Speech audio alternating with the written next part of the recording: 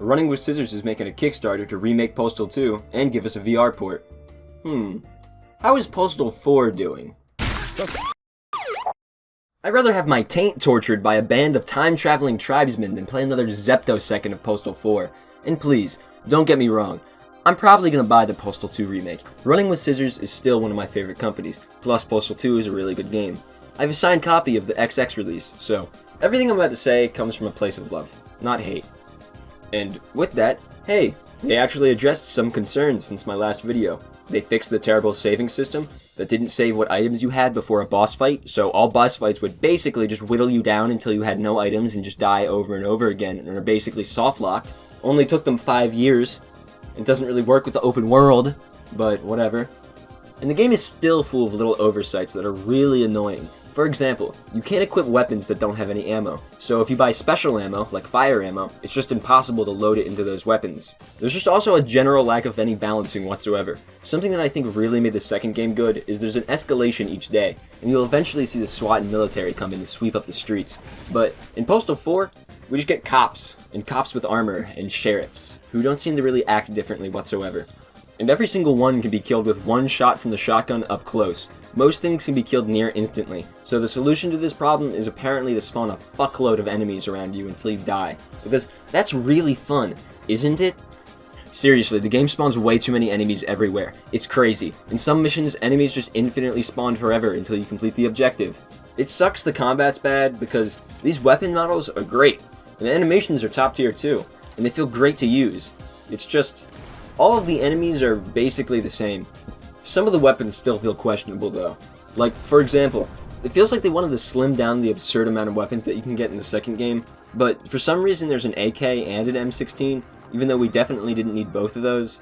And melee in general is kind of rank. It's not the worst, but the machete feels completely useless unless you throw it, then it becomes an instant death machine. The sledgehammer is also completely useless unless you throw it, then it becomes an instant death machine. And there's this weapon called the Rattler. I have no complaints whatsoever, please don't nerf it, it's awesome. One of the worst examples of poor balancing in this game is the shovel. It's the first weapon you usually pick up in Postal, and it's completely overpowered. It can kill anyone with around 2 swings, and it's really fast. It used to be slow, but they probably wanted to make it feel more punchy and like Postal 2, so they updated the speed and animations, which is fine, but I'm pretty sure they never updated the damage. And I don't think the solution to these problems is to just nerf the weapons into the ground. Buff the enemies so that they can actually fight back, and maybe stop spawning a million of them to kill me. It's not fun. Let's see here. Oh yeah, a couple of months ago, the game got multiplayer, and I actually bought another copy of the game just to play it with a friend, and I have to say, it's really good. Like, yeah, there's some glitches here and there, but that's to be expected, especially when multiplayer is added late in a game's development. Is this what they've been spending all their time on? It was clearly planned a while ago since we have emotes. I mean, why else would we have emotes in a mainly first-person single-player game? Alright, I said 10 seconds of nice things, time to go back to complaining. Just like Postal 2, a game from over 20 years ago, this game also has liquid physics, and I'm pretty sure they're ported straight from Postal 2, since they work the same exact way, and they actually look worse. Instead of starting out as nothing and expanding out to a full size, the urine/gasoline/blood will just instantly spawn on the ground.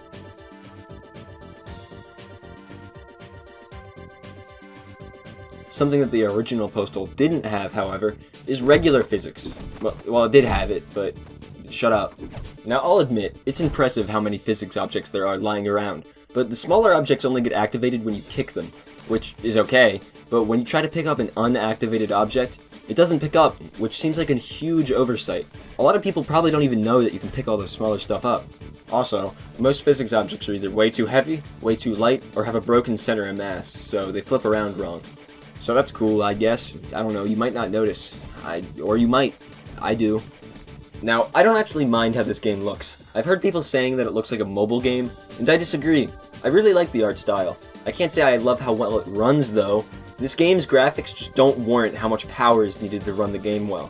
On my old rig, I had a 2060 Super, and the game would lag, like stutter really bad. And since then, I've upgraded to a 4070 Super, and I could finally run the game at an acceptable frame rate. To be fair, when I played it on my old computer, it didn't have FSR or DLSS yet, but that's just a crutch for performance. I would be using DLAA since it's basically just a good version of TAA, but apparently DLSS and FSR don't support outlines or heat wave distortion, which both add a lot to the game visually, so that really sucks. I think this game's worst crime as a Postal game is that the gore is a direct downgrade from Postal 2. Most of the time, when the liquid physics are triggered, the blood doesn't even pool. It creates these same couple splatter textures everywhere, and the only time you'll see it pool is when it's on a slope.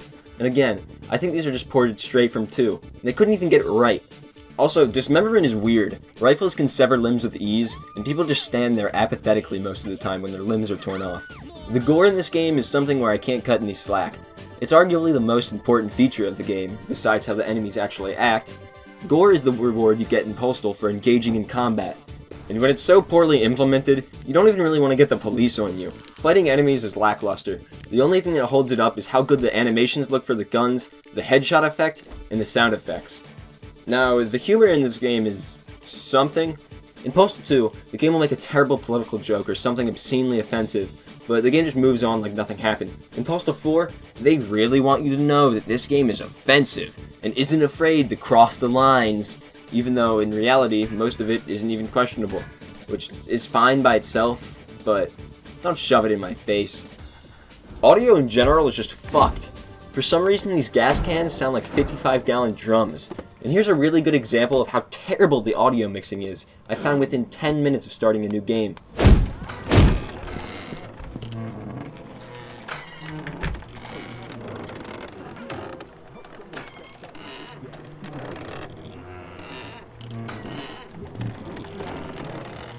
And sometimes, for no reason at all, the dude will just become muffled, far away. Also, this game crashes a lot. Basically, if you start to have any amount of fun with the game, it'll crash. It's not really that big of a deal in single player since the game saves so much, but when you're playing in multiplayer and you gotta make a new lobby every time, it gets sickening. But besides that, that's really all I got for Postal 4. I guess I'll end this video on the same note I ended my last one on. I guess Postal 4 can be saved with enough updates, but god damn are they coming slow.